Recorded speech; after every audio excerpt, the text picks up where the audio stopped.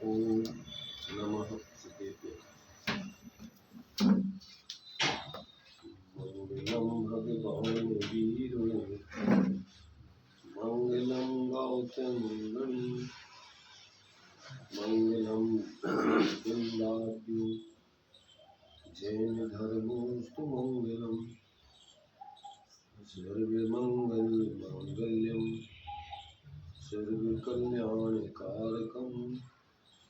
धानं सर्वधर्माणां जैनं जयतो शासनं जैनं जयतो शासनं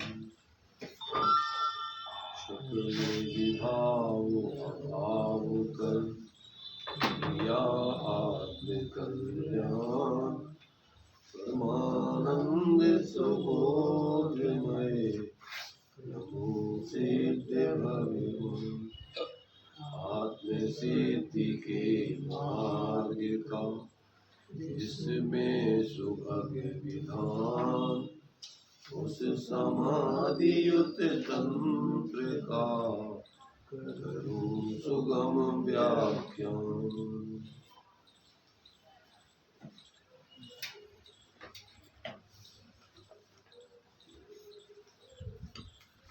चर्चा अपनी 15 नंबर के श्लोक के माध्यम से चल रही है। इसमें संसार के दुख का मूल एकमात्र इस शरीर में आत्मबुद्धि करना है और इस संसार की वृत्ति के अभाव करने की विधि एकमात्र अपने उस शुद्धात्म तत्व में इन संपूर्ण बाह्य पंचेंद्रियों के विषय आदि की प्रवृत्ति से अपनी परिणति या उपयोग को अलग करके और अपने उस एक आत्मा में ही प्रवेश करना अथवा उस आत्मा का ही आश्रय करके उसका अनुभव करना है। एक श्लोक में एक लाइन में जैसे आचार्य समंत्र भद्रदेव ने रत्नगण श्रावकाचार्य में सदृष्टि ज्ञान वृत्तानि धर्मम और यदि ये प्रत्यनीकानि भवन्ति भवपन्ति, ऐसे यहाँ एक श्लोक में पहले इन्होंने एक लाइन में एक श्लोक की ऊपर संसार का कारण और दूसरी लाइन में मुक्ति का उपाय। जितने भी ज्ञानी होते हैं संक्षेप में और विस्तार में वो प्रत्येक जीव को दुखी क्यों है, दुख क्या है और सुखी कैसे होगे और सुख क्या है, ये चार बातें ही पूरी द्वादशांगिन वाणी में समझाई जाती है। तो अगर अपन को ये बात समझ में आ जाए कि भैया हम इस कारण से दुखी हैं और ये हमारा दुख है, तो उसको हम छोड़ेंगे अगर दुखों से बचना चाहते हैं। और सुख क्या है, अब क्योंकि वो आज तक अनुभव में तो आया नहीं, और सुख का उपाय ये है, तो उसको अपन चूंकि वो कोई बाहर में नहीं है, सुख और सुख का उपाय अंदर में ही अपना सुख है और अपनी अंदर आत्म परिणति में ही सुख का उपाय प्रकट करना है। जिस परिणति में अपन अपने स्वरूप को भूलकर और सुख की खोज बाहर कर रहे हैं, तो अपना सुख बाहर है नहीं और बाहर के किसी अवलंबन से सुख मिलता नहीं। अपना सुख अपने अंदर स्वरूप में ही है और अपने ही भेद विज्ञान पूर्वक अपने ज्ञान पूर्वक स्वरूप आराधना से सुख की सिद्धि होती है। तो ये सुख और सुख का उपाय पूर्ण स्वाधीन है, दुख और दुख का उपाय निरंतर पराधीनता रूप है। इसमें किसी प्रकार से जो है अपने लिए शांति की गंध नहीं मिलती। जो अपन जिसको अपन सुख की खोज जहाँ कर रहे हैं और जिसमें सुख मान रहे हैं, तो वहाँ ना सुख है ना वो उपाय सुख का है। इसलिए आज तक अपना सारा श्रम व्यर्थ गया और जिस लक्ष्य से श्रम किया वो लक्ष्य की सिद्धि आज तक हुई नहीं। अब अपन को यहाँ आचार्य अपने जीवन उपयोगी अनेक प्रकार के बहुत ही सरल दृष्टांत आदि देकर के युक्ति तर्क आदि से उस बात को ही सिद्ध कर रहे हैं कि भैया देखो, समझ लो आप अभी संगी पंचेंद्रीय पर्याय में तुम हो और यहाँ तुम्हारे लिए अच्छी सुख सुविधाएं मिली हैं और समझने के लिए सारा वातावरण अपन को मिला है।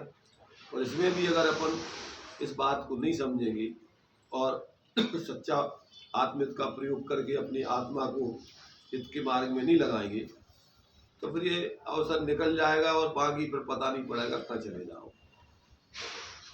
ये जो है अपन को इस छंद में भी उसी बात को जो है स्पष्ट कर रहे हैं कि भैया तुम्हारी देहात्म बुद्धि ही तुम्हें दुख का कारण है और आत्म बुद्धि ही आत्माश्रय का जीवन ही तुम्हें सुख का कारण है।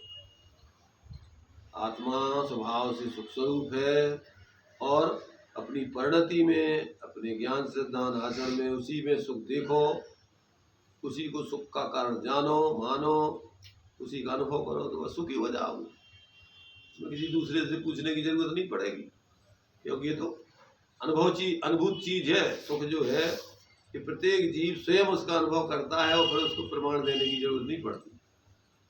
तो ये बात जो है अपन को यहाँ इस छंद में भी उसी बात को समझाया गया है।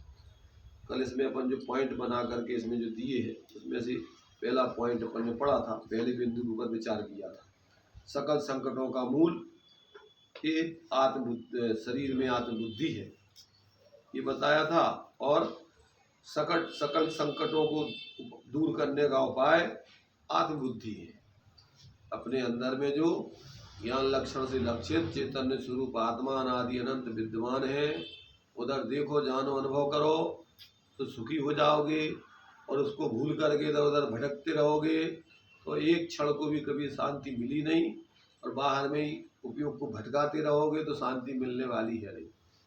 चाहे एक क्षण में समझो और चाहे अनंत काल तक समझते रहो। उपाय एक ही है, सबके लिए एक ही था।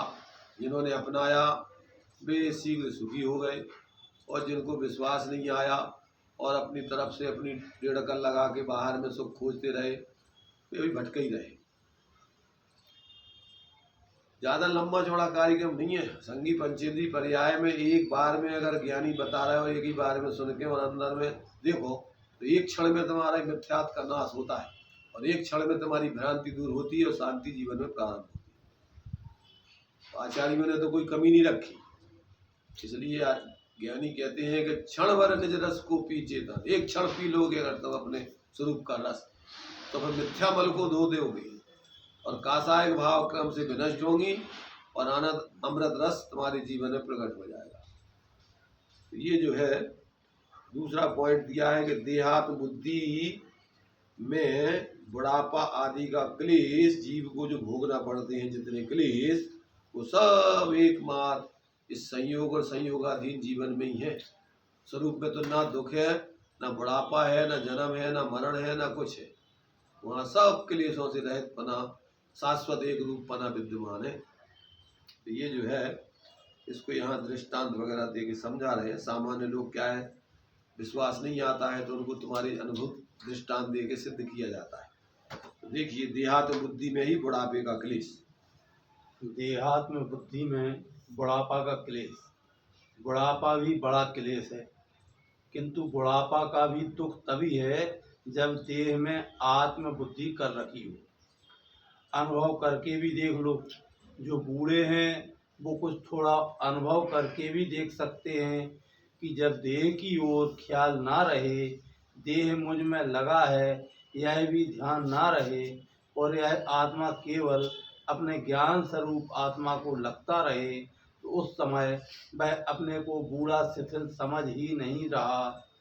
ऐसी तो कितनी घटनाएं हो जाती हैं कि देह का भान नहीं रहता।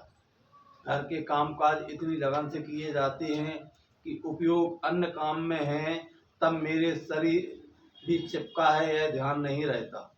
यह तो एक लड़कपन है। वैसे तो अज्ञानता है, मतलब अज्ञानता लड़कपन माने बालपन है, अज्ञान बुद्धि। वैसे तो संस्कार में ध्यान में पड़ा हुआ है, लेकिन जब यह आत्मा अपने ही स्वरूप को निरख रहा हो आंखें बंद करे, मौन रह जाए, किसी का ध्यान न करे, अपने आप की अपने में खोज करने का आग्रह कर ले, ऐसी स्थिति में वह क्षण आ सकता है जिस क्षण शरीर की याद ही ना रहे। तब क्या बुढ़ापे का उसे दुख है? बुढ़ापे का भी दुख शरीर में आत्म बुद्धि होती है तो होता है। ये तो अपन देख रहे हैं, प्रत्यक्ष अनुभव में आ रहा है अपन को। जो लोग साधक होते हैं, देखो अनंत भगवान को तो बुढ़ापा आते नहीं है। जिसने आत्मा को गुण प्रकट कर लिया तो आत्मा एक रूप है, उनकी बाहर की दशा भी प्रकृति के द्वारा एक ही सी रहती, तो कोई अंतर नहीं पड़ता। हमेशा जितनी करोड़ों वर्षों की आयु हो चाहे जितनी हो, विजयों के तो रहते हैं, उसमें कोई बुढ़ापा कुछ नहीं आता। तो ये तो जो क्या है कि अंदर से जो अपन को आत्मारूप अनुभव करते हैं उनको पता ही नहीं पड़ता। बाहर में सनत कुमार चक्रवर्ती जब भी मुनि अवस्था में थे, 700 वर्षों तक उनके शरीर में कूड़ रहा। देव ने परीक्षा की, लोग कहते करे साहब ये तो जो है इनको शरीर का भान ही नहीं है और ये शरीर की तरफ इनका ध्यान ही नहीं है, इनको कोई बीमारी वो अपनी जानती नहीं है।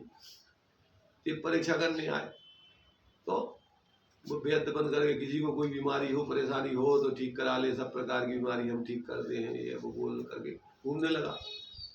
कुछ नहीं, तो अपने ध्यान में मस्त। अब घूम फिर करके कही भाई तुम्हें कोई परेशानी हो तो तुम्हें बीमारी दिख रही?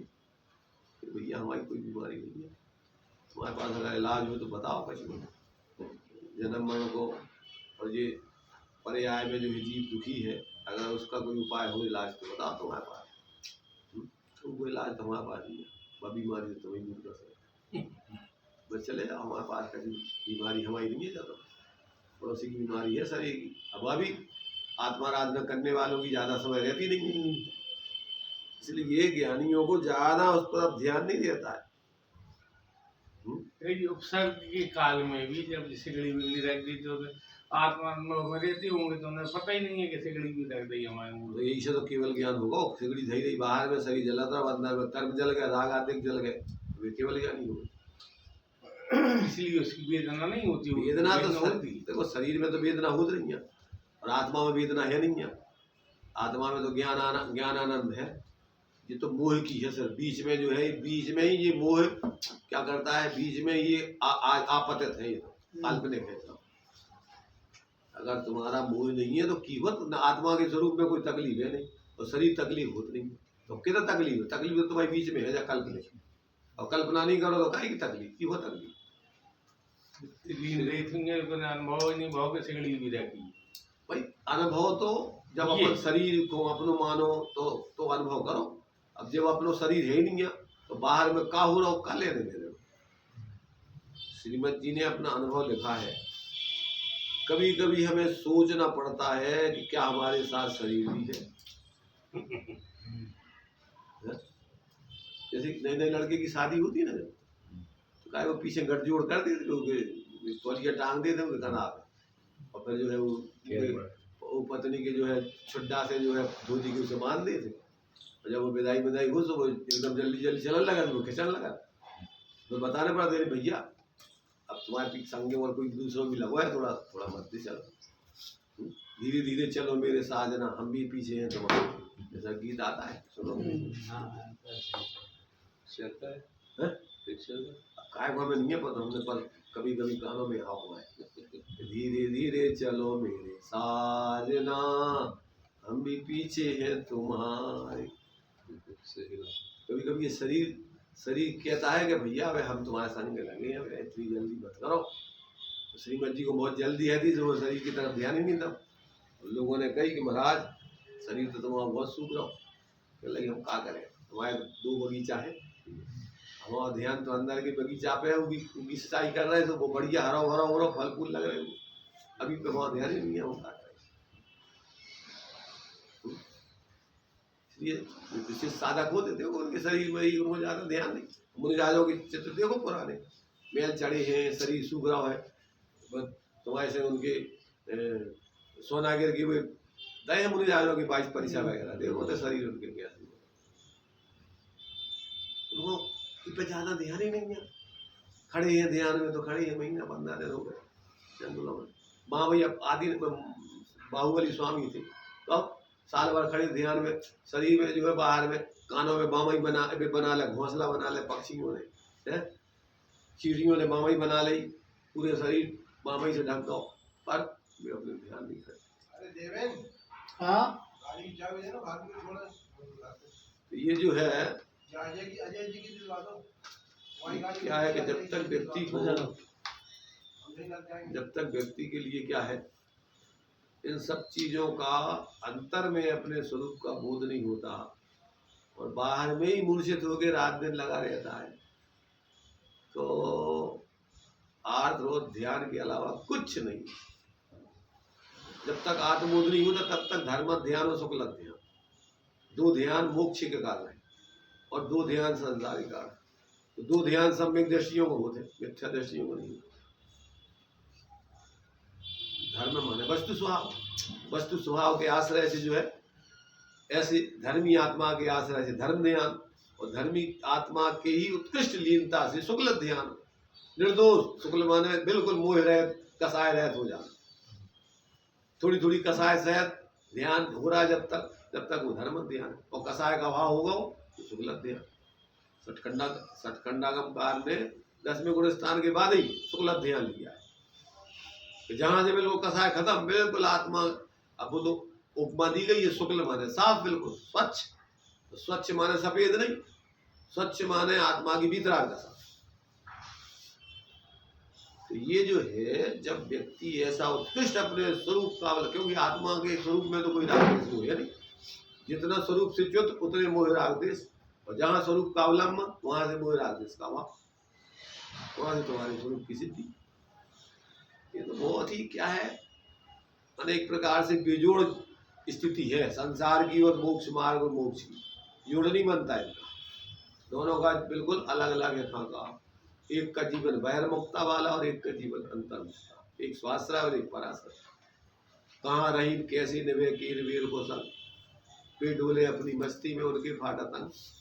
तो मोही और वीतरागी ज्ञानी जीवों का मेल नहीं बनता है, उनको बाहर को राग रंग की बातों में मजा आओ, भैया जो करो वो करो, वो भी कर, हमारा बस की। इसलिए जब पति पत्नी में क्या है, जब रुचि जब दोनों की एक दूसरे की विपरीत होती है तो मेल नहीं बनता, कहता नहीं चलती रहती। वे कह रहे जी हमारी नहीं माना, वे कह रहे जी हमारी नहीं माना, वे अपने लोगों से उनकी शिकायत करा, वे अपने लोगों से उनकी शिकायत करा। कौन किसकी माने? अगर अज्ञानी मोही ज्ञानियों की मान ले तो वो कल्याण हो जाए, अगर ज्ञानी अज्ञानी की मान ले तो वे डूब जाए। समस्या तो विचित्र है ना वहाँ। इसलिए यहाँ पर अपने लिए क्या है, आचार्य देव कह रहे हैं कि भैया जब तक तेरी ये देहात्म बुद्धि है तब तक ये सारे क्लेश, सारी समस्याएं, जन्म मरण, सारा का सारा ये तेरा, ये सब बहिर्मुक्ता वाला जीवन वालों को है। अंतर्मुक्ता वाले को जीवन को कोई शिकायत नहीं, क्योंकि तो कछु है नहीं है शिकायत के लाने, कछु समस्या नहीं है तो शिकायत काय में होगा। अपने स्वरूप में जब कोई समस्या ही नहीं है तो उसके आश्रय से शिकायत काय में करोगे, सब समाधान। उसे तो भाई अपने में समाते जाओ तो समाधान, और अपने से बाहर आओ तो समस्या ही समस्या है, अब तुम्हारी समस्या का समाधान करेगा। ज्ञान वृद्ध के शरीर वृद्धता संबंधी क्लेश का अभाव। ज्ञान वृद्ध के शरीर वृद्धता संबंधी क्लेश का अभाव। ज्ञान वृद्ध और शरीर वृद्ध, जिसको ज्ञान की वृद्धता हो गई तो उसको शरीर की वृद्धता नहीं आई, और जो शरीर में वृद्धता देख रहा वो ज्ञान की वृद्धता नहीं होगी।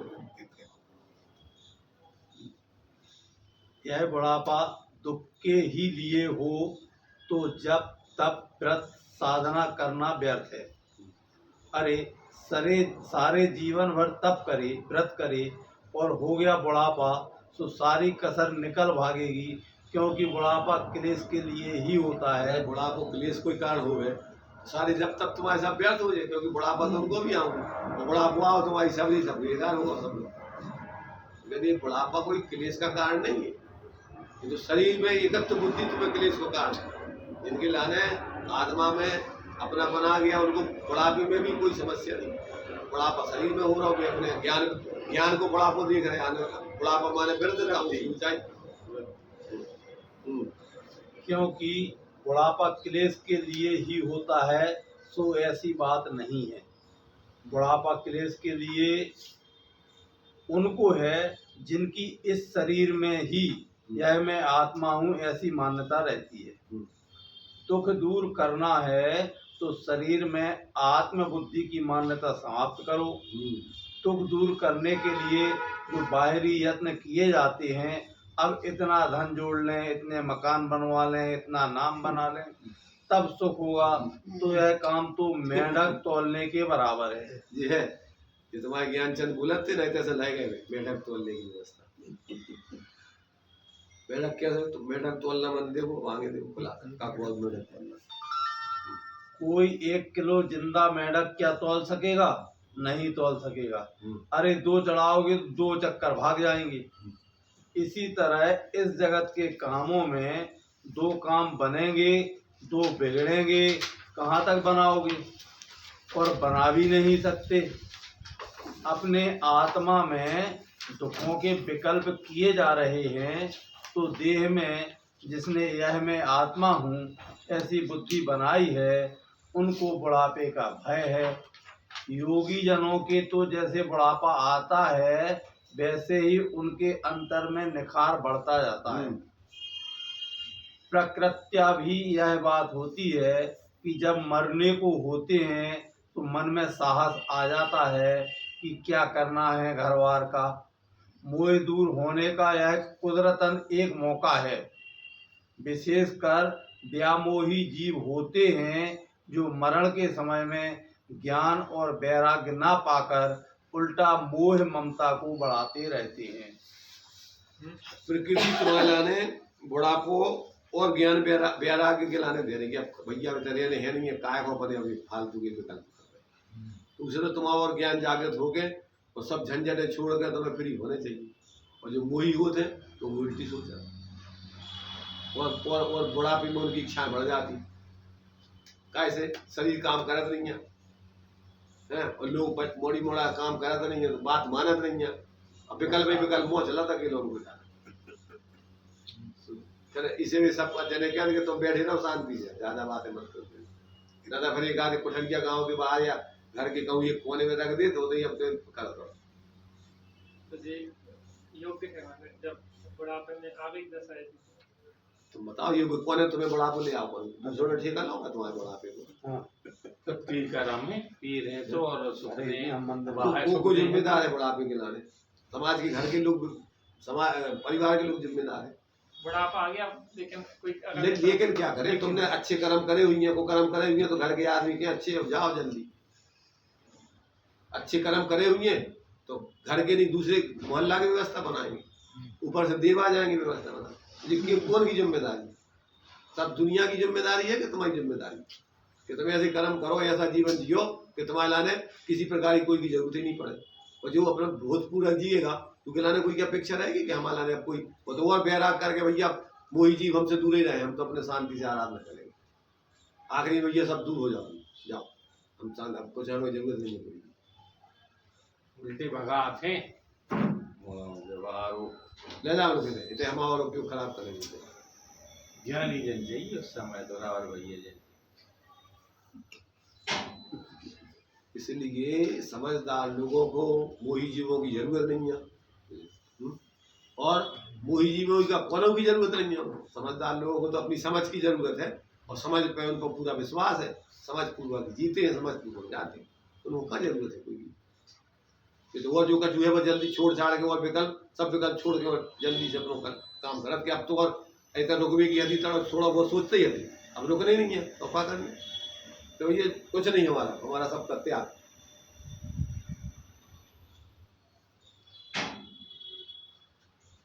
इसलिए ये कहते हैं भैया ज्ञान वृद्धि के लिए बुढ़ापा नहीं हो। बुढ़ापा जिनको है उनके लिए ज्ञान की जागृति नहीं हो। शरीर में जो मूर्छित है उनको बुढ़ापा, उन्हीं को रोग, उन्हीं को समस्या, उन्हीं को रोना धोना। वे दूसरों के दोस्त देखेंगे कि जे ऐसे, अरे भाई दूसरों के देखने से क्या हो रहा है बताओ। अपना रुपया फोटो पर खैया हो दोस्त, अब अन्य व्यक्तों को दोष दे तुम्हारे बाप को है वो क्या करे।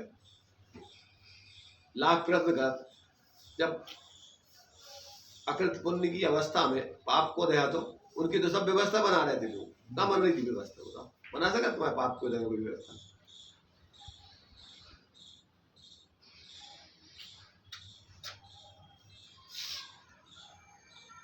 इसलिए भाई ये दूसरों की तरफ देखने वाला मार्ग नहीं है, ये तो अपनी तरफ देखो, जानो, अपनी तरफ अपना ही अनुभव करो, बाहर उपयोग लाओ मत, देखते ही जहर चढ़ता है।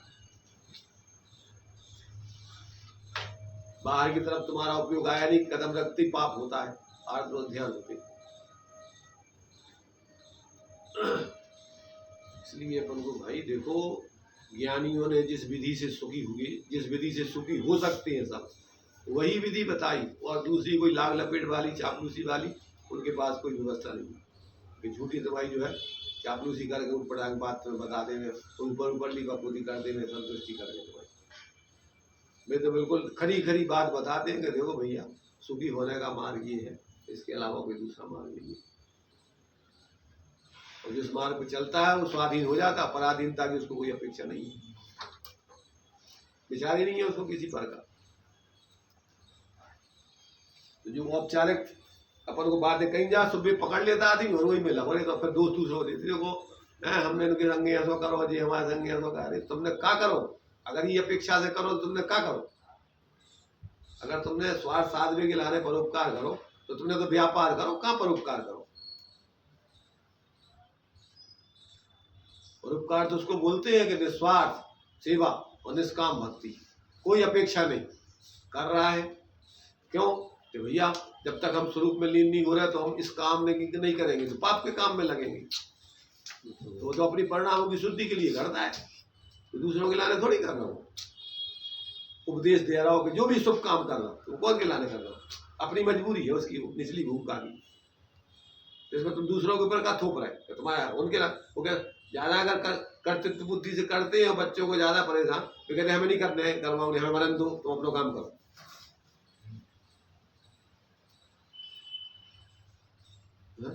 हमें अपने हाल पे छोड़ दो। हाँ, तुम अपना काम हाल करो। पे छोड़ दो, तुम मुझे तो तो तुम्हारे जो मेरा सुंदरी हथी जो तो करो तुमने, हम तो परेशान हो रहे ढोड़ा ढोड़ा के बताओ तो क्या? अरे भैया हमारे भाग्य में जो हुई है सब मिल जाए, तुम क्या परेशान हो रहे? अच्छा तुम्हारे भाग में मिले? हाँ हमारे भाग में मिले, तुम दे होगा। अरे व्यवहारिकता में भूलत नहीं है तो समझदार लोग विनम्रता से कि हाँ नहीं तो भैया कर रहे थे, उनकी संतुष्टि के लाने बोल दी। जानब तो भी जो ही है कि तुम क्या करो, हमारे पाप को दो तो हमारी व्यवस्था कहाँ से बना दे, और हमारे पुण्य की व्यवस्था हुई है तो हम तुम हमारा कैसे बिगाड़ दो? करो बिगाड़ के बताओ। वही तो उन्हें फिर जिद कर लेगी, चलो देख लो हमारे भाग्य से हुई है, तुम क्या कर रहे करो। पिताजी ने भी जिद कर दी कि हम तो भाग बिगाड़ देंगे। वचन ठीक नहीं थे, इसे ठीक नहीं वैसा कह रही थी। कह रही थी, अच्छी कह रही थी, दृढ़ता थी, हाँ, ठीक थी। नहीं सामान्य तौर से कहा होगा। अरे भाई व्यवहार भाई ज्यादा परेशान जब कोई होत है तो सामने वालों कह रहे थे कि ज्यादा परेशान मत हो, जब जो हमारे भाग्य में हुई है सब मिल जाए, तुम काय हो परेशान हो रहे? सामान्य तौर से ही कहा होगा, कार में चढ़ रहा था ना, उदंडता से नहीं कहा होगा। अरे उद्दंडता से देखो, उद्दंड ज्ञानी उद्दंडता करे तो ज्ञानी काय को? वही मिथ्या दृष्टि तो हती नहीं करी, हाँ। आप हते मिथ्या दृष्टि तो उनकी समझ के लाने थोड़ा उनने कही कि भैया तुम काय हो परेशान हुए, हमारी व्यवस्था नहीं बनने हुई तो नहीं बने, छोड़ दो। तो उन्होंने कि हम बता रहे तुम्हारी व्यवस्था हम बना रहे, मनाओ का कर रहे हो, का कर रहे कोड़ी के साथ ब्याह दिया। तो कोड़ी के संगे तदवा मोक्ष कामी कामदेव के संगे भी आओ, उनको भ्रम हतो हाँ, कि हमने कोड़ी के संगे भी आओ। लेकिन उस समय उसे पता अरे नहीं। उस समय नहीं, क्या कौन समय ज्ञानी तो उसको अंदर से देखा थे कि ये तो सब चैतन्य मूर्ति भगवान है। अगर मान लो पाप के उदय गोपाल दास जी बरैया के संगे तो नहीं है तो पुण्य बोला हाँ। पाप ही को दया तो, पर उन्होंने कहा देखा थे भी, फिर तो अपने गुरु मानते उनको, हाँ, मुझे नित्य वैराग्यताएं नहीं मानते थे। जानते कि भैया जी तो पुण्य को दया हमारा पाप को दया। तुम कहोगे जी बहुत पापा ने, कहा कि पापा ने हम जैसे पति मिलो तो पाप को दया मिले थे, हम जैसे पति और जैसी पत्नी मिली तो पुण्य को दया मिला के पाप को दया। तो हम पापी है कि वो पापी? वो तो पुण्यात्मा मानते थे उसको, खुद को पापी मानते थे। हमने पाप किया था इसलिए मिला, अब हम धर्म करें विवेक रखें तो अब ये पाप कट जाएगा। अब हमको क्या दोषी देखें बेचारी को। तो कुकर वृत्ति है निमित्तों को दोष देना। इसलिए ज्ञानी व्यक्ति किसी पे दोषारोपण नहीं करते, किसी संयोगों को बुरा नहीं देखते, वस्तु स्वरूप के आधार से विचार करते। वस्तु व्यवस्था है, बाहर के निमित्त जितने मिलते हैं वे अपने उदय से मिलते हैं। उनकी क्या गलती, उनका क्या दोष? तो अपने उदय खोटो, निमित्तों को दोष। तो कहावत है कि अपने रुपये चूक खोटो और परखैया ऐसा ही है। आँख तुम्हारी रेट निकलो हो, दर्पण देखो, दर्पण में तुम्हारा रेट देगा, दर्पण फोड़ दो तुम कि जो हमारा गलत आँख दिखा रहा हो। दर्पण कौन को दोष? अरे तुम्हारा रेट फूटो वो तो जैसा वैसे ही दिखे ना। वो तुम्हारे जैसे उदय है जो दर्पण है सब निमित्त, तुम्हारे उदय को बताने वाले हैं कि तुमने क्या कर्म करो पहले। और इनमें भी अटकने की जरूरत नहीं है। पुण्य के उदय में भी भैया ये तो सही हुआ है, इसलिए कहा पुण्य पाप फल माए हरक बिल को मत भाई, ये पुदगल पर जाए उपज बिन से तीर्थाई। इनमें कहा कौन? तुम्हारा स्वरूप अंदर में देखो तुम।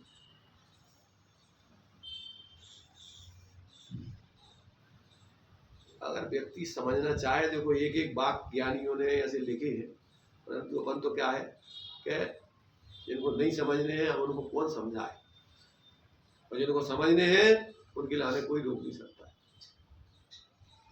कुछ भी बाधाएं, उनको बाधाएं बाहर में नहीं, उनकी बाधाएं अंदर की विपरीतता की हिमानत है।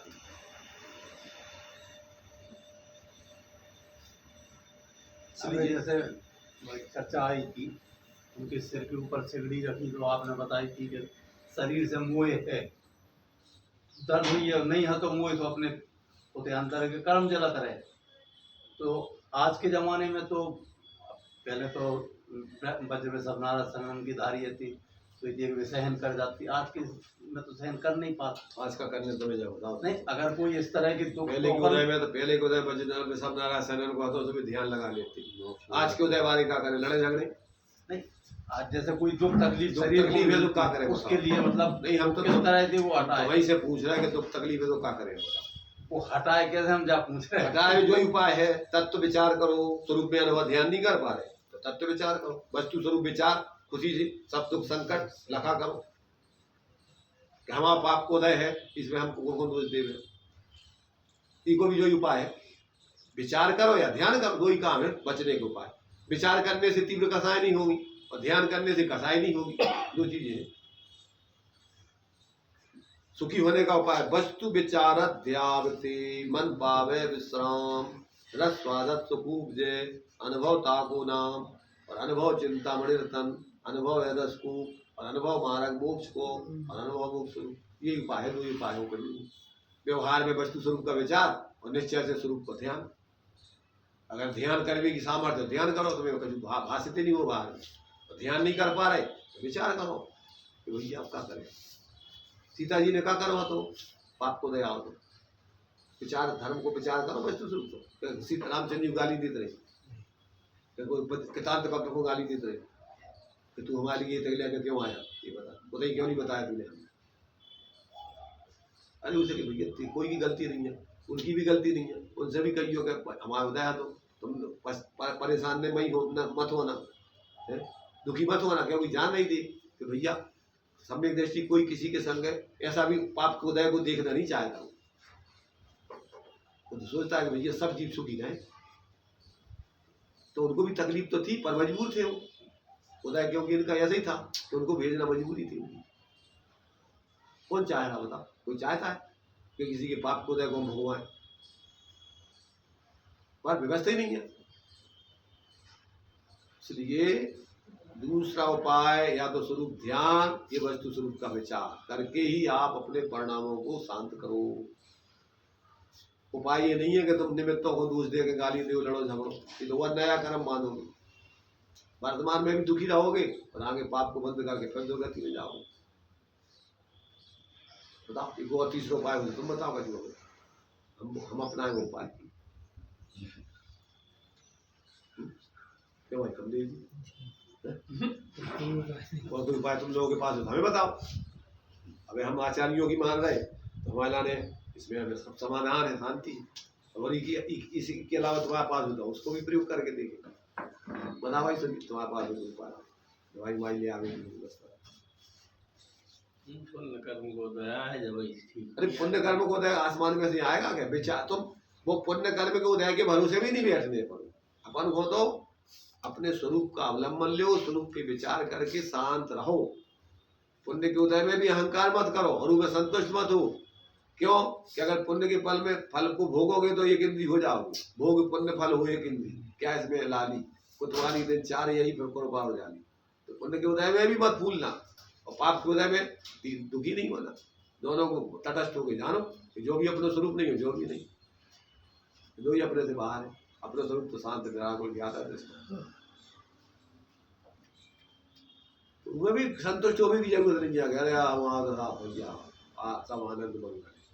ये भी मूर्खों का लक्षण बताओ। तीन मूर्खों के लक्षण बताए कौन कौन से? जो बिना समझे हुए और बाह्य क्रियाओं में आचरण में धर्म मानता है और जो अकेले मात्र उपसम ज्ञान में समझ के और जीवन में प्रयोग नहीं करता आचरण में नहीं लाता है। जो बिन ज्ञान दो प्रकार के मूर्ख जो बिन ज्ञान क्रिया अवगा है जो बिन क्रिया मोक्ष मग जाए और जो बिन मोक्ष कहे में सुखिया। इधर ही पुण्य के उदय में गया जो आवाज सुनील क्या हाल है। अरे साहब तो कहते हैं मूर्खों नहीं मूर्खों का राजा है। क्यों कि बिना मोक्ष के सुख तो होते ही नहीं है और तुमने कई संसार में सुख मान लो इसका मतलब महामूर्ख हो तो समझ नहीं रहता वस्तु स्वरूप। वो कौन मानेगा?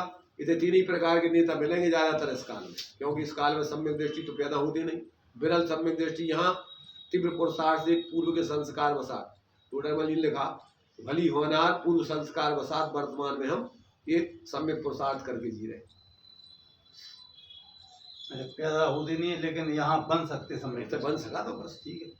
पुरुषार्थ करो पुरुषार्थ करो तो समझ के सही पुरुषार्थ और नहीं करते तो तीन प्रकार के नेता देखो आप जगह जगह मिलेंगे।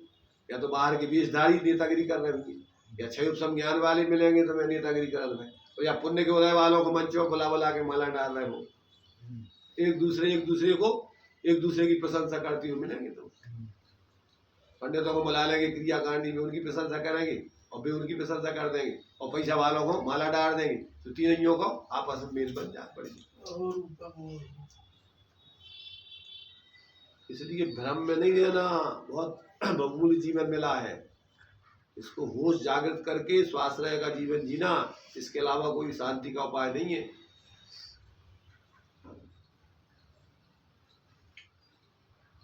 आ रहा समझ में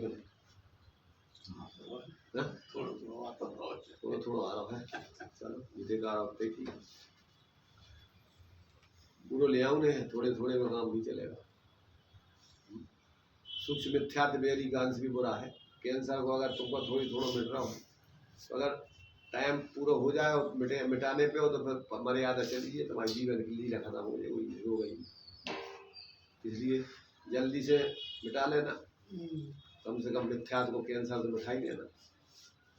दौलत राम जी कहते हैं यह मानस पर्याय सुकुल सुनना जनवाणी और ये विधि गई न मिले सुमणि उदन समानी और दौल समर सुचित सयाने काल वृथा मत खोवे और यह नरभव फिर मिलन कठिन है जो सम्यक नहीं हो गए। कम से कम इतना तो कर ही लेना और ये नहीं किया नेतागिरी तो तुमने बहुत कर ली। अनादि काल से अनंत काल तक जैसी चल रही तो मिथ्या दृष्टि को संसार का नेता कहा है और सम्यक दृष्टि को मोक्ष मार्ग का नेता कहा है। सम्यक दृष्टि की जब पर्याय से पर्यांतर होता है तो उसका सम्यक बरकरार रहता है छूट जाता है। आत्मा जहाँ रहती है उतने रहते उनको धर्म आत्मा अगर रहते रहे तो उनको धर्म रहे तो अब सम्यक दृष्टि की आत्मा कहाँ रहे? आचार्य कह रहे न धर्म धार्मिक के बिना सम्यक दर्शन ज्ञान चाहे तो उत्तम क्षमारी धर्म आएगी और जहाँ आत्मा रहती होते धर्म रहते उनके लिए। तब वो सम्यक दृष्टि की आत्मा अगर रह जाए उनको धर्म रहते ही रह जाए।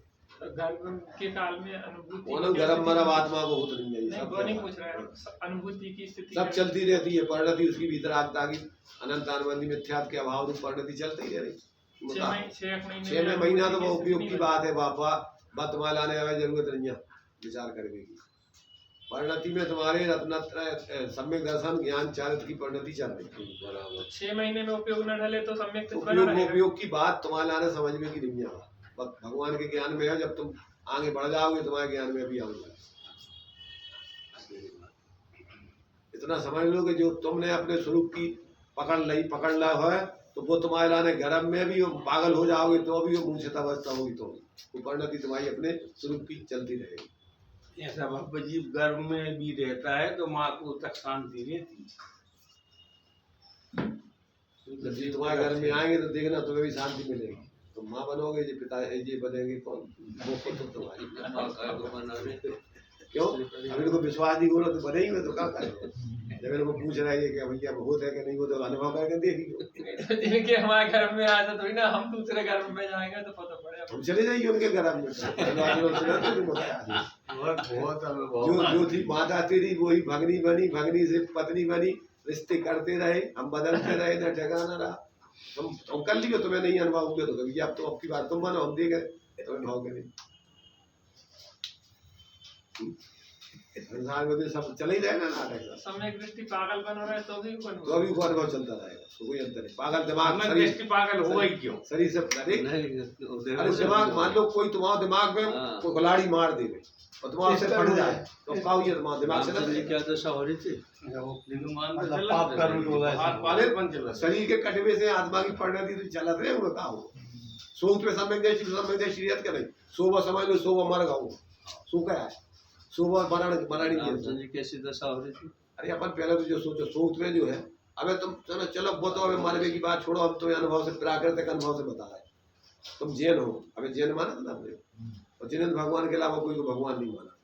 तो नींद में तुम्हें जब कोई स्वप्न आउट है और मान लीजिए कि तुम्हें कोई देवी देवताओं की दूसरी जगह कोई दर्शन कर रहा हो भगवान की और तुम्हें ले जाए तो तुम उनकी दर्शन करोगे नहीं करो? नींद में की बात कह रहे हैं, स्वप्न में। अंदर में दृढ़ता हुई है उन्हें। हाँ?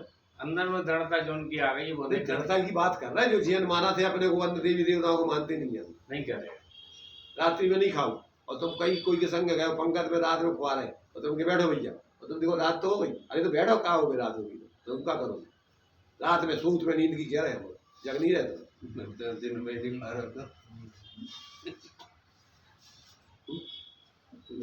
जब रात में तुम मरे जैसे हो, उस समय जब तुम जो तुमने पहले जीवन में तुम कर रहे दिन में वो रात में भी चला थे। तो जी भाई सब नहीं खाते, चला जाना हो गई। दिन में ही नहीं, फिर रात की तो कितनी दृढ़ता रहेगी। इसलिए आत्मा को धर्म आत्मा में होते, शरीर में नहीं होते। हो निमित्त नैमित्तिक संबंध से उपचार को कथन है, वो सर्वथा नहीं लगा लेना उसको। बाहर में का होगा का नहीं होगा वो तो शरीर की दशा है, उदय के अधीन है। और ये धर्म स्वाधीन है, उदय के अधीन थोड़ी है। कभी नमाज पढ़ने की स्वप्न है। इसलिए आत्मा जब जागृत होकर जीती है तो 24 घंटे जागृत होकर जीती है। अकेले तो नहीं मंदिर में स्वाध्याय के टाइम हर समय उसके वही भाव चलते रहे। अपन जीव है, अपन शरीर नहीं है, अपनों कछु नहीं है, ये सब बाहर के संयोग है, नाटक है, कर्म तो रहे। तो वो घर गृहस्थी में रहते सम्यक दृष्टि को लक्षण बताओगे नहीं? गेही पे ग्रह में न रचे जो जलते भिन्न कमल, नगर नारी को प्यारे था कादे में है ममा। सब नाटक समझता हूँ बाहर का। ऐसे ही समझना प्रसाद, अपुरुषार्थ ऐसे ही समझे कि जो हमारा उसी को नाम ऐसा भेद विज्ञान हो जाए अपने आत्मा में आते बने की वृत्ति हुई को प्रसाद नाम है। और का प्रसाद, प्रसाद का जीवन मेला हम माली दंड पिट के पेड़ वो थोड़ी प्रसाद है। अंदर में ज्ञान में अपने को ज्ञान स्वरूप अनुभव करना। तो मैं बाहर जा तो फिर लौट गया। कितने बाहर जाओ, अरे बाहर जाते नहीं है ना आत्मा। बाहर उपयोग देखो, आत्मा स्वपर प्रकाश ही है, बाहर भी जानता ही है, बाहर में जाऊत माउत नहीं है। और वो जाके नहीं जाना, वे तो ऐसी शक्ति है ज्ञान में स्वपर प्रकाश। इधर ही बैठे बैठे तो मैं सब दुनिया पूरी तुम्हारी झलक है। जैसे मैंने ऐसा तुम्हारे पास कोई दर्पण या वो होता, जैसे वो रेड वो लगे होंगे ऊपर सैटेलाइट, तो सारी की सारी थे पूरे के पूरे तो चित्र खींच रहा है कि नहीं खींच? ऐसे अपने ज्ञान में सब चित्र खिंचा दे पूरे पूरी दुनिया के, कहीं नहीं जाने। अब भेद विज्ञान जिसको होता है उन चित्रों में चित्र जाना भी अपने से भिन्न पदार्थ हैं। अपन तो सामान्य ज्ञान स्वरूप है, और ये विशेष ज्ञान है जो भी अपनों इसमें ज्ञान ही है, इनमें पर पदार्थ नहीं आ गए, ऐसे जाना थे। इसलिए कोई राग द्वेष मोह नहीं कर रहा। और अज्ञानी अब उसमें कल्पना करता है मुझे डाल के। बहुत मस्ती का जीवन है, ज्ञान का जीवन ही जीवन है, बाकी तो मौत है 24 घंटे। बाहर में जरूर अज्ञानी जीवों को लगत है, परंतु ज्ञानियों को तो उनको अज्ञानियों का जीवन लगा के जो बेचारे थे रात दिन पागल पड़ने लगे।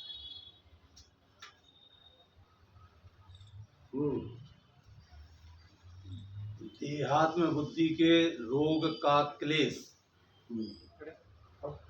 रोग से भी बड़े क्लेश होते हैं। जब चंगे होते हैं तब बहुत बातें करना आता है, उद्गल जुदे हैं, आत्मा जुदा है। रोग किसको होता है? उद्गल को।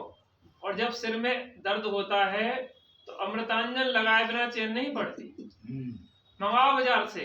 रोग का भी बड़ा कठिन क्लेश है, पर इसमें भी अनुभव करके देख लो। यदि देह में आत्मबुद्धि लगाया है तो क्लेश बढ़ेंगे, और देह में आत्मबुद्धि न लगाया है तो वे क्लेश कम हो जाएंगे। जिसके दृढ़तर भेद विज्ञान हुआ है, वहां सिंहों के द्वारा खाया जाने पर भी, शत्रुओं के द्वारा कोल्हू में पेला जाने पर भी, और अनेक आतताइयों के द्वारा सताए जाने पर भी रंच भी खेद नहीं मानता। ओ कितना दृढ़ भेद विज्ञान है। संसार के किसी भी पदार्थ से अब अपेक्षा नहीं रही। देखो यहाँ दो बातों का इन्होंने एक साथ वर्णन कर दिया है। कितना दृढ़ भेद विज्ञान कह रहे। तो भेद विज्ञान तो पहले चौथे गुण स्थान से दृढ़ ही होते हैं, छाया सम्यक दृष्टि। और चौथे गुण स्थान वालों भागता फिरे, बचता फिरे, रोता फिरे।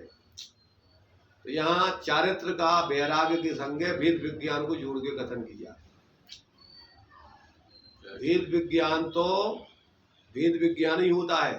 निचली भूमिका में अगर वो कसाय से दुखी भी हो रहा है तो भी वो जान रहा है कि ये दुख शरीर का नहीं है, ये दुख पर का नहीं है, ये दुख हमारी अस्थिरता से जुड़ने का है, राग का है। और वो राग आश्रव भाव है, अपन तो उसको भी जान रहे हैं। और वो जितना जुड़ रहे हैं उतनी पर्याय में अपन को तकलीफ हो रही है, उतना आश्रव बंद भी हो रहा है। ये ज्ञानी भेद विज्ञान को रोक जीता है। तो ऐसा नहीं समझना कि वो जब वो कोल्हू से पेल दब जाए जब भेद विज्ञान मनोमान है। भेद विज्ञान तो जैसे मान लीजिए कि राजा शरणक थे, छायक सम्यक दृष्टि, और क्या कर रहे वे, सिर फोड़ करके आत्महत्या करके मर रहे, फिर भी छायक सम्यक दृढ़ भेद विज्ञान चल रहा होगी, जान रहा है कि हम नहीं मर रहे। छायक सम्यक दृष्टि। तो चारित्र का और ज्ञान सम्यक ज्ञान और श्रद्धान का एक रूप नहीं समझ लेना। हाँ इतना जरूर है कि सम्यक दृष्टि को अनंत आनंदी कसाय के अभाव जन्य तो भेद विज्ञान हो गई, परंतु अप्रत्यक्षान आदि कसायों में अस्थिरता जन्य संकलित अनेक परिणाम उनके कृष्ण लेस्या के भी हो सकते हैं। न्याय नीति के पीछे भी लड़ भी सकते हैं, लड़े ही है ना चक्रवर्ती आदि। तो ये दो चीजों को एक संग नहीं मिलाना कि वैराग्य के संग ज्ञान श्रद्धान को एक मान लो। जब वैराग्य उत्कृष्ट हो और तुम्हारी कसायों का अभाव चारित्र में वीतरागता बढ़ेगी तो ये साधुओं का वर्णन करोगे, घानी में पेल दो। और सम्यक दृष्टि का ऐसा नहीं है। सम्यक दृष्टि कदाचित दृढ़ भी रह सकता है, मंद कसाय हुआ तो कदाचित बाहर में उसका इलाज विलाज करते हुए भी दिख सकता है, पर साथ में नाटकीय तरीके से एकत्र बुद्धि पूर्वक नहीं। लक्ष्मण जी को शक्ति लगे, रामचंद्र जी कहने लगे 2 अर्थी लगवाओ, एक में हम जलेंगे एक में लक्ष्मण जलेंगे। अच्छा एक सम्यक दृष्टि सब नाटक पर पूरा ये ध्यान रखना। अपन देखते हैं यहाँ पर जिसको थोड़ा किसी से बोझ ज्यादा होता वो मर जाता है, तो अर्थी पे जो पकड़ गए, अभी जो पंडित जी गए थे जब, तो इनकी वो चाची पंडित जी की अर्थी को पकड़ा, हम नहीं छोड़ेंगे, और तनक देर बाद जा भैया कितनी देर तक रोगे। और अगर मान लो सोना मोना पहने हुए तो बच्चों से कह देंगे जो ताली रुक जा रहे हो। तो भेद विज्ञान चल रहा हो कि तुम्हें एक तकलीफ हो रही, तकलीफ भी हो रही, भेद विज्ञान भी चल रहा है। भाई वही की तकलीफ जितनी जुड़ रहा है उतनी तकलीफ है, पर संगे संगे जो भी तो जान रहा है कि अभी से कछु होने का है, बोल रहा है आज अब तुम रखे रहो तो क्या होने जले ही तुमको काम ऐसी सम्यक दृष्टि को कदाचित आंशिक जुड़ने से तकलीफ भी हो, पर विसंग भेद विज्ञान है कि भैया अपन व्यर्थ को है जो तुम रोबो धो का हो नहीं से जा बताओ भाई। पर द्रव्य जो परिणमन होने हैं वो तो परिणमन होने हैं है? अब तुम्हारे रोगे से कहीं रोको ना परिणमन, आयु आ गई पर अब तुम रोक दो चल जाओ तो रोक जाओ, और 15 दिन तक नहीं तुम तो 15 साल तक रोक रहो तो आराम लौट के कौन परिणाम बिगाड़ दो। समझदार व्यक्ति तो शांत रहता कि भैया जो अपनी कर्तव्य जो है उसमें अपन कर रहे और उसमें अपना परिणाम नहीं बिगाड़, जैसा ज्ञानी जानता है।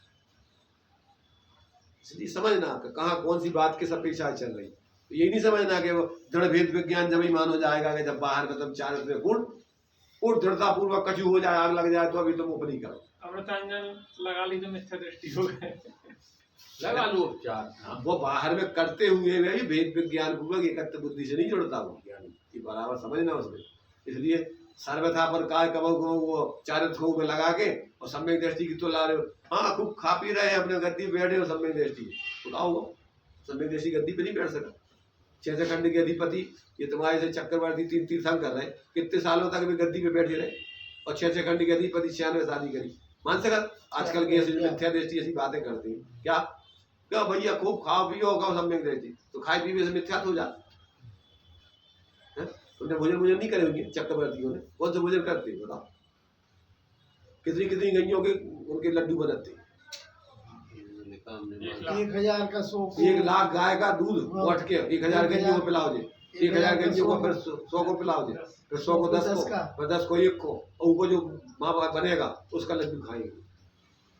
बचा भी वही पटरानी आदो बचा पाओ और कोई नहीं बचा पाओ। जितना खाना चक्रवर्ती खाता है उसका 10वां हिस्सा पूरी सेना ने पड़ जाता। अरे वो खा ही नहीं सकता पहली चीज तो 10वां हिस्सा कहते ना, देखते 10 लग जाए उनको बचा लें। 10वां हिस्सा तो वो तुम्हारे लिए वो सामान रूप से कह रहे हैं। हाँ उदाहरण टोटल जो चक्रवर्ती खाता है वो तो खा ही नहीं सकता था चक्रवर्ती कैलोरी खाता था। उतनी कैलोरी पूरी सेना को लगती है। हाँ उसकी 10%। 10 और जितनी पावर वाली कैलोरी को चक्रवर्ती खाते हैं वो खा सकता कोई सामान में। रत्नों के चूरे डाल करके उसमें सब बनाया जाता है। और उनकी पटरानी जब ये 6 खंड को जीतने जाते हैं तो मंगल चौक पूर्ति है तो रत्नों के ऐसे लेके चुटकी से यूं दबाती है तो धूरा बना देती है पानी में इतनी ताकत है। उस रत्नों को जैसे अपन लोग जो है थोड़ी पतली ऐसी खुशबुदी चीज लेकर के ऐसी करते हैं, ऐसे ही वो रत्नों को हाथ में चुटकी में लेके यूं दबाती है और वो धूरा बन जाती है। पटरानी नियम से नरक जाती है। किसने कह दिया? कोई व्यवस्था नहीं जा सकती है अगर वो अहंकार करे तो। वेद विज्ञान करके जिए तो धर्मान बहुत पता जो ये नरक सब में जाने वाले कलाकार होते वही है जो नियम से नरक गया। नारायण नरक में चक्रवर्ती जाएंगे उनकी पटरानी नरक जाएंगे हाँ, जैसा होता है कि चक्रवर्ती के अनुसार गति होती हाँ, उसी तो का- मोक्ष गति हो है। जाएगी। मोक्ष मीन्स वो देव गति में जाएगी, लेकिन नरक गया तो नरक और स्वर्ग गया तो चक्रवर्ती नरक गया तो पटरानी भी नरक। हाँ, उसका माने वो गति कहा है कि उसका भाव भी उनसे वो उस शादी के भाव चल रहे हैं। अब ये बैराग ले लो चक्रवर्ती ने, अब हमें मोक्ष भी नहीं हो तो वो भी बैराग लेके अब वो कहते हैं कि संसार के नाम में थोड़ी लगी है। भाई बेरागताएं नहीं हुई है देखा तो मतलब ये है कि और जब मोक्ष जाएंगे तो फिर तो दीक्षा लेके जाना ही है, तो फिर उनका करेगा पटरानी का पाप काय में करत रहे तो 14 रत्नों में है वो भी। देव बनेगी वो। अभी निवृत्ति लेके साधना करेगी ना। हाँ, 1000 देव उसकी भी सेवा करके। तो देखो भैया अब अपन एक दूसरे की तो ठीक है अपन समझ लो, परंतु अपन को मूल काम जो है वो समझ लो तो सब ठीक है। और मूल नहीं समझे और डाल पात अपन ऐसे ही घूमत रहे तो जिंदगी पूरी हो जाने व्यवस्था है नहीं है कहीं तो दूसरों के कोई कहीं दुआओं कहीं करवा देगी। तो एक एक पॉइंट अपन को जो है तुम्हारे ज्ञान को जागृत करने के लिए है, मोह को एक मोह आदि में शरीर आदि में बुद्धि तोड़ाने के लिए है। ऐसा अपन को जो है बहुत बढ़िया सुंदर तरीके से निरूपण है। तो अभी तो अपन यही विचार करें, टाइम हो गया है। निज विधि में बताई जय अनंत अनंत